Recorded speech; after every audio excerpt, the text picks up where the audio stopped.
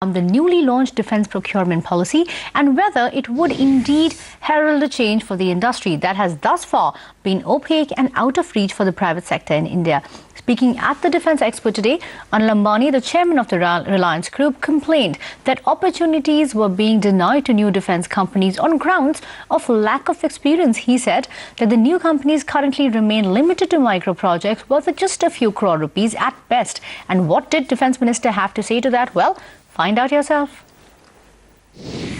Despite a committed reformist mindset at the top, we are still seeing opportunities being denied to new players on grounds of lack of experience. I submit that the existing mindset, which holds past experience as the most important criterion of awarding work, needs to change to allow the private sector to take up its rightful role in enhancing national security. He asked me, what is your experience in running a administration if you intend to rule the state in 10 years? And obviously I had no experience. It's the same syndrome of egg and a hen. My immediate retort was to him was, before you got married, what was your experience? Well, some important words coming in from the Defence Minister, but moving on to the big international story unfolding today. Every minute, the Egypt air hijacker has been arrested.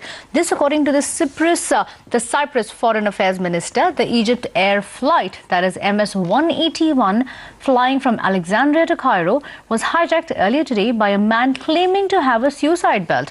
The plane was then diverted to Larnaca in Cyprus, and that story, of course, is developing. We'll get you updates on that through the day. And clearly, that should be coming to an end in the next couple of hours. Well, with that, that's all we have on Reporter's Diary. Many thanks for watching. Stay tuned to CNBC TV 18 and have a lovely Tuesday evening ahead.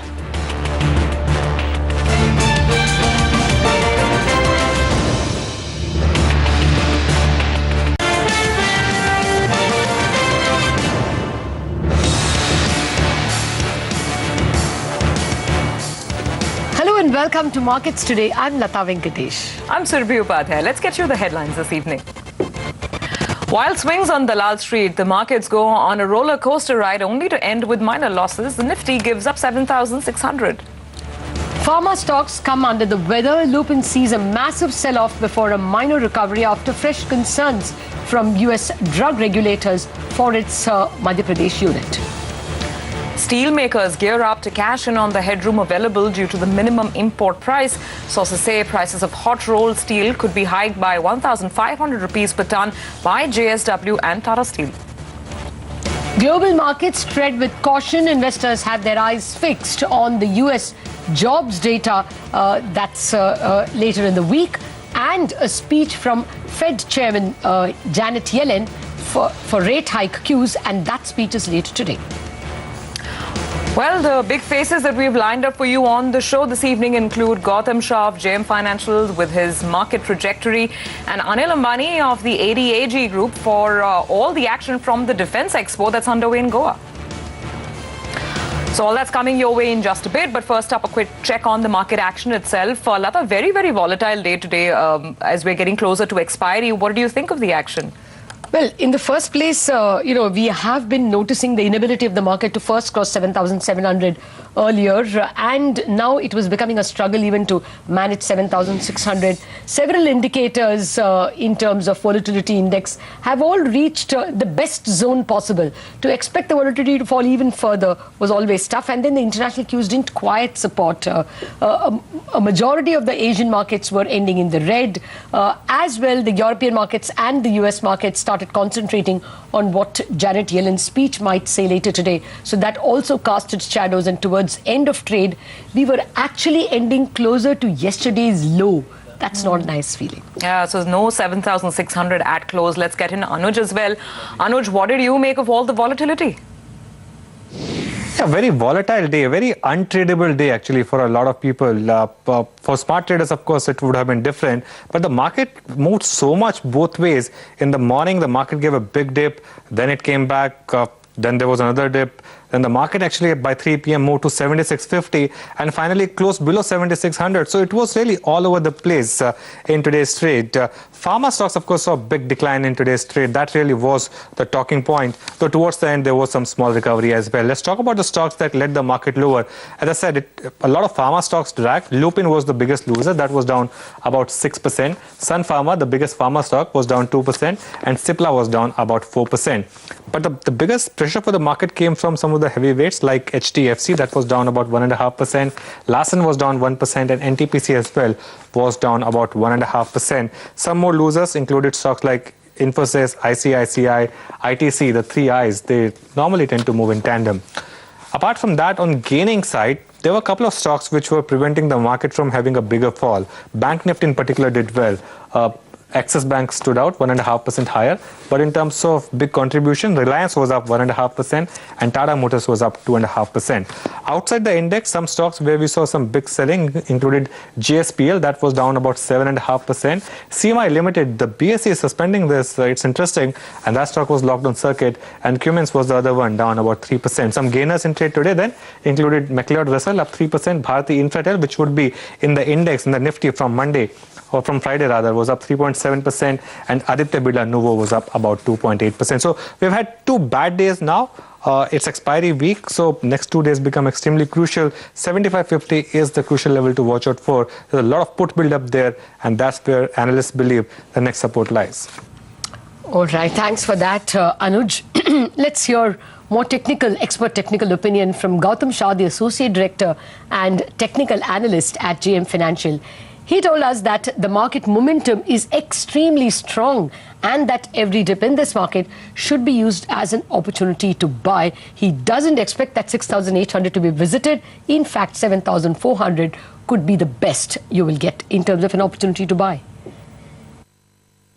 The momentum of the market is very strong. You are in the last few days of the month of March. You have an F&O expiry. The world is looking much stable at this point of time. Oil is looking much stable, and possibly, that commodity could have also seen its worst last month. I think all of these factors suggest that all dips in the market will be used by the stronger hands to buy into them.